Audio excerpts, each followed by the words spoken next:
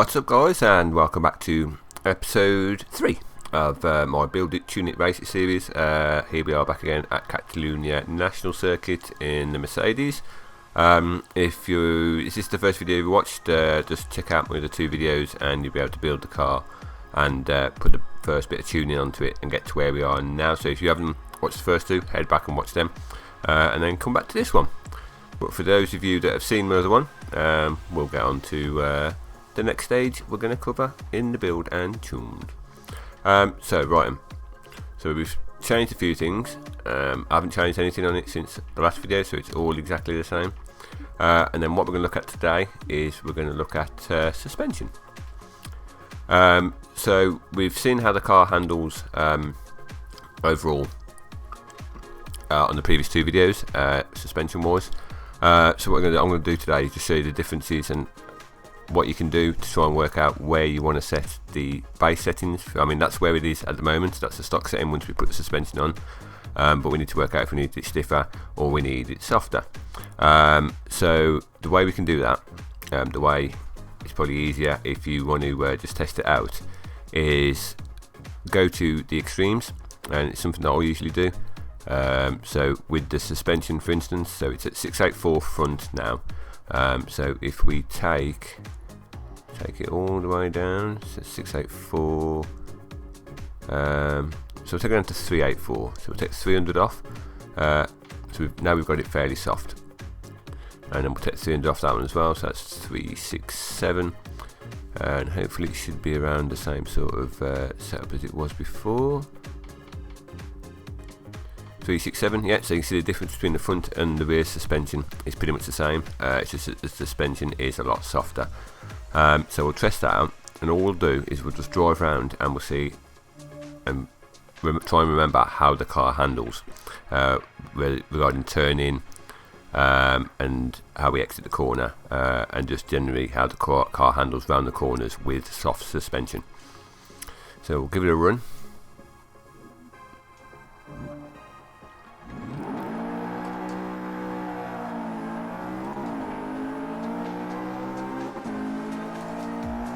And then what I usually do is I'll do the same one again. Just take this corner. I'll do the same one again, and then we'll put the suspension at stiff. We'll alter front and rear at the same levels, so we won't just change one. And that can give you an idea of where your base settings are, where you feel comfortable. I mean, the settings for the suspension will probably be different from person to person, depending on your driving style and how the car feels for you on the first time.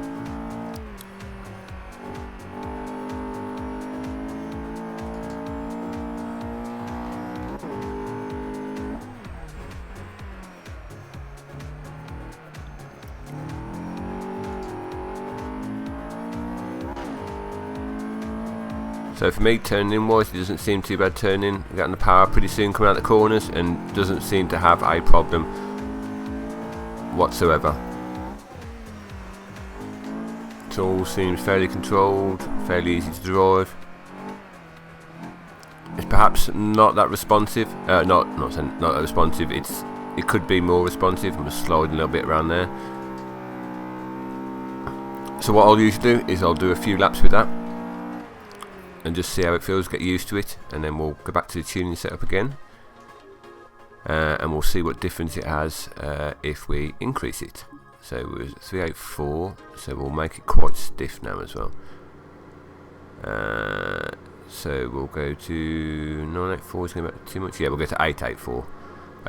So we're taking it from one extreme to the other, and then just as we drive it round, we'll just make a note of how the car feels for you as you're driving it, so you obviously know what it feels like. I can't remember what it was exactly for the rear one now. Is it 6 something? 6.4 is it? Yeah, we'll do 6.4. So we've gone for soft suspension, and now we're going for stiff suspension. And all we're trying to do is compare how the car handles now to how it handled with the soft suspension. And that should give you an idea of the difference between the soft suspension and the hard suspension, and where about you need it to be. Generally, the stiffer suspension makes the car a lot more responsive, and the softer suspension will obviously let the body roll, well, not the body roll, but let transfer the weight a little bit slower. So it's all down to personal preference. I know with the heavier cars, generally you do need more spring stiffness than you do with the lighter cars.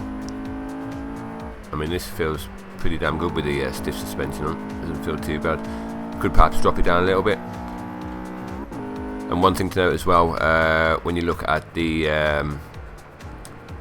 weight balance of the car, whether it's front or rear, generally you want more stiffer springs on the end that's carrying more weight. So with this engine at the front, so we're going to need slightly stiffer springs at the front just to counteract that.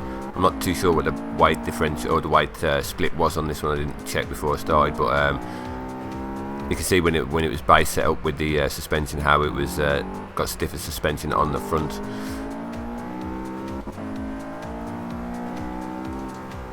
I mean, for me personally, I can tell the difference straight away between the soft suspension and the stiff suspension.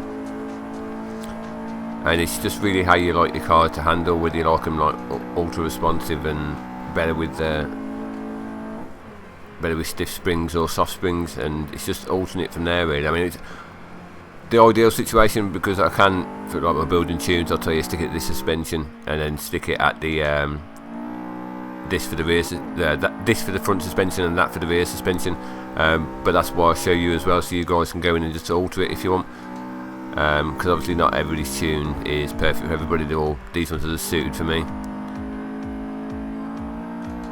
I mean, this does feel fairly nice to drive. Feels a lot better for me personally than it did with the soft suspension. It did feel a bit wallowy with the super soft. We had it down to the 300 mark.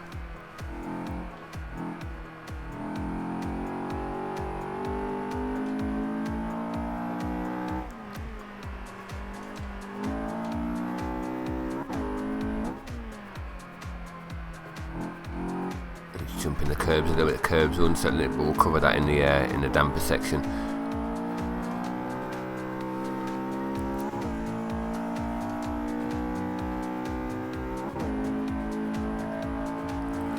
So yeah, the car for me personally with stiffer springs does feel a lot better. Now, how that might be different for you, I'm not too sure. I mean, you can, by all means, you can set your springs to the settings I had earlier and give it a whirl and see how you think. But then you can just adjust them. I mean, for me, it does feel like the back end's going to go a little bit coming out the corners. So what we'll do to counteract that, and we'll just reduce the rear springs slightly. So, I mean, how much you change it, you can do it little or as much as you want. I'm going to take 20 off it, so we're going to go down to 844. Just that small amount, and then we'll drive it round and see how it goes from there. Let's see what difference it makes. And then obviously if you need to adjust it a little bit more, if the back end still slipping out, you can just lower it just a little touch.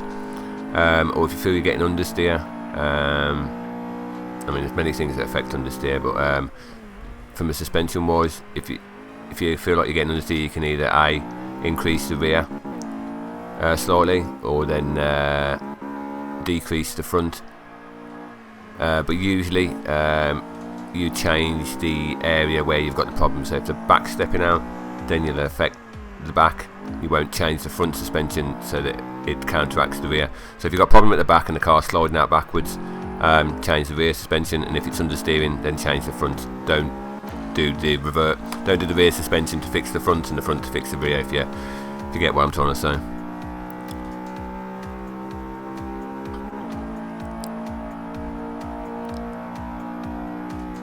I'll do one more lap like this.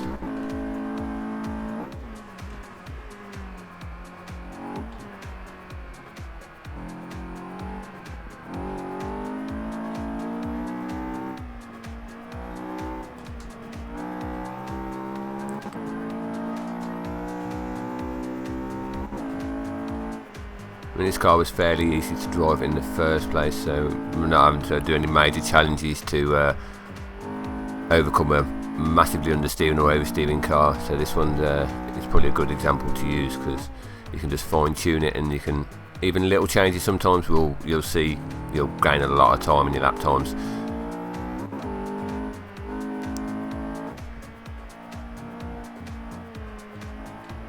And I tune by feel quite a lot as well, so I don't really pay much attention to stats, and I just tune it as I feel that it's actually working for me.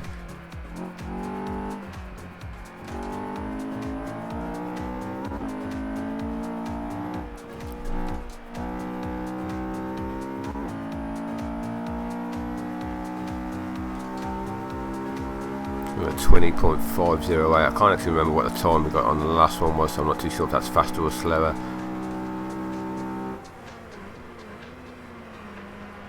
But yeah, on the next one we'll cover anti-roll bars and damping as well, and we'll get that set up, and then we'll move on to the differential finally, because I know the damping is probably the one that people have most questions about, and if we can cover that, should hopefully help you guys out quite a bit.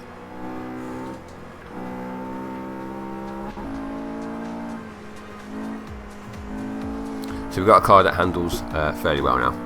Well, I'm fairly happy with where we're at with that. So we're just going to save that tune. So we've always got it. So if we make any changes to it now, and it bugs it up, we'll never be able to get it back. So yeah, always, if you get to a stage where you're happy with your tunes, just make sure you do save them. We won't share it. And then I'll just show you what the difference does on adjusting each front or rear suspension. So we'll drop the front right down. Right, so we've just seen how the car handles, so we'll see how the handles now with low front suspension. As you can see straight away, we're getting more oversteer. You can tell. You see that you should be able to tell on screen the difference between the way the car handled before we changed and how it handles now.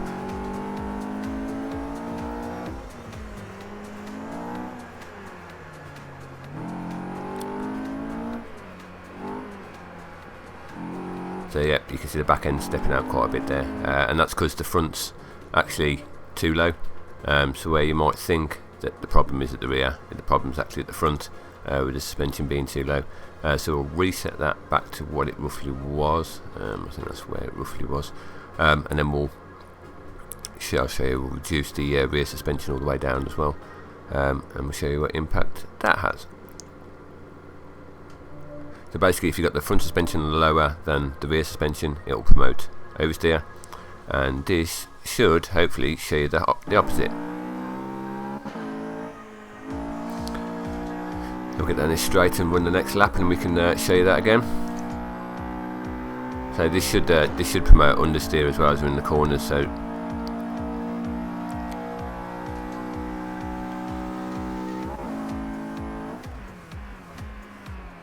see, we're running quite wide there, and we're running very wide there.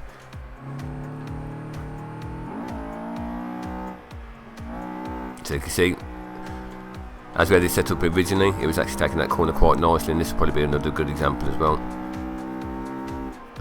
Off the gas there. Yeah, so yeah, we was getting quite a bit of understeer around them few corners, and we're getting it here as well on the gap. So yeah, as an overview, if you've got the front suspension lower than the rear, it'll promote understeer, oversteer, and then vice versa. If the rear is lower than the front, you'll get oversteer. So we'll just load our tune back up again.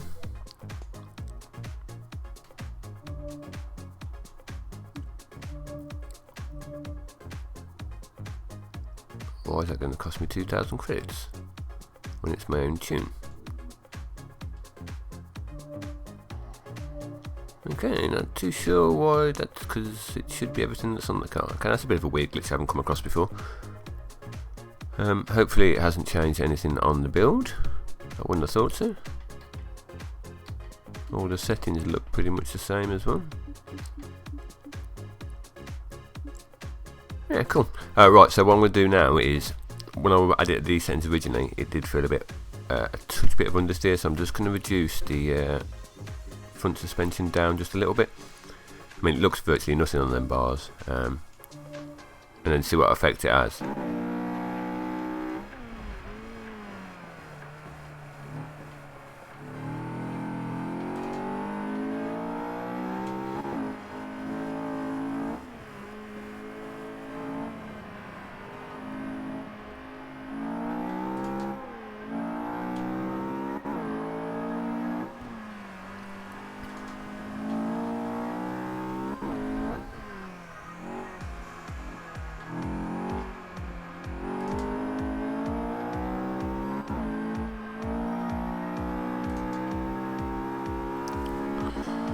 go for another lap. So on lap number 8 now. So I do spend quite a bit of time on certain tracks, so I lose track of the amount of laps that I actually spend tuning.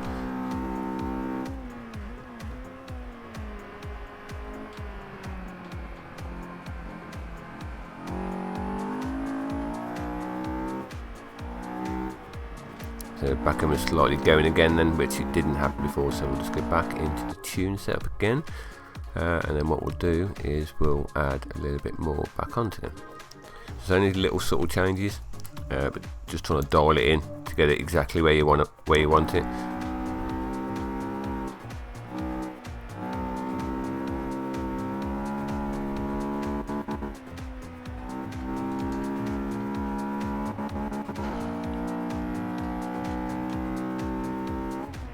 Down too many gears there.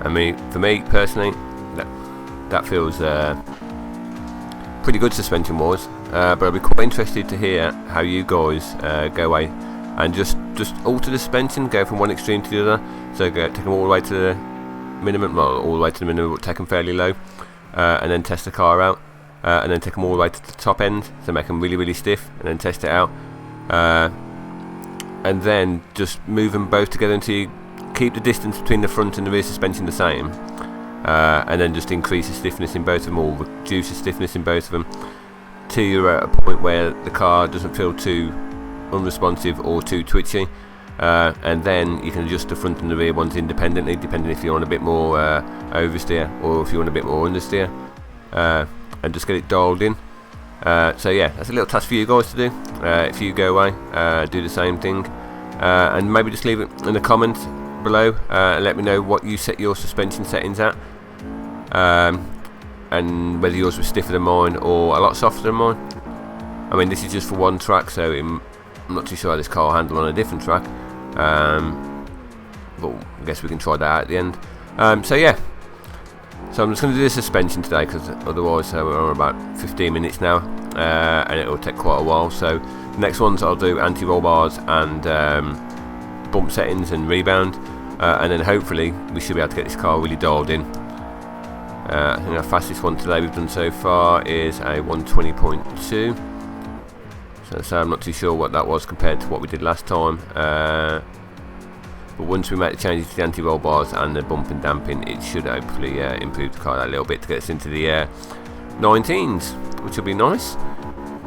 So yeah guys, so I'll bring this video to an end here, give you a little bit of time to go away and work on your suspension, and if you're ever unsure about what you should be doing with your suspension, or any part, just do exactly what I did. Just change it to the extreme, change one setting all the way to the extreme, then drive the car and make a note of what the car does differently to how it did before, and then move it all the way to the other extreme and do the same thing and make a note, and that will give you a good idea of what that one part does towards the handling of the car, and then how you can adjust it, and then when you know that, you know how you can adjust it to get the most out of your car and how you want it to handle, and that's probably the biggest tip, and that's the way I learned to tune, was just by trial and error and just moving things around. But I always find it's always best just to change one thing, don't alter 3 or 4 things, because you won't know which one it is that's actually made a change on your car. So yeah, so thanks for watching guys, and as always, if you enjoyed this, hit the like button below, leave me a comment, subscribe or share it around the world, and until next time guys, have fun, and I'll see you soon.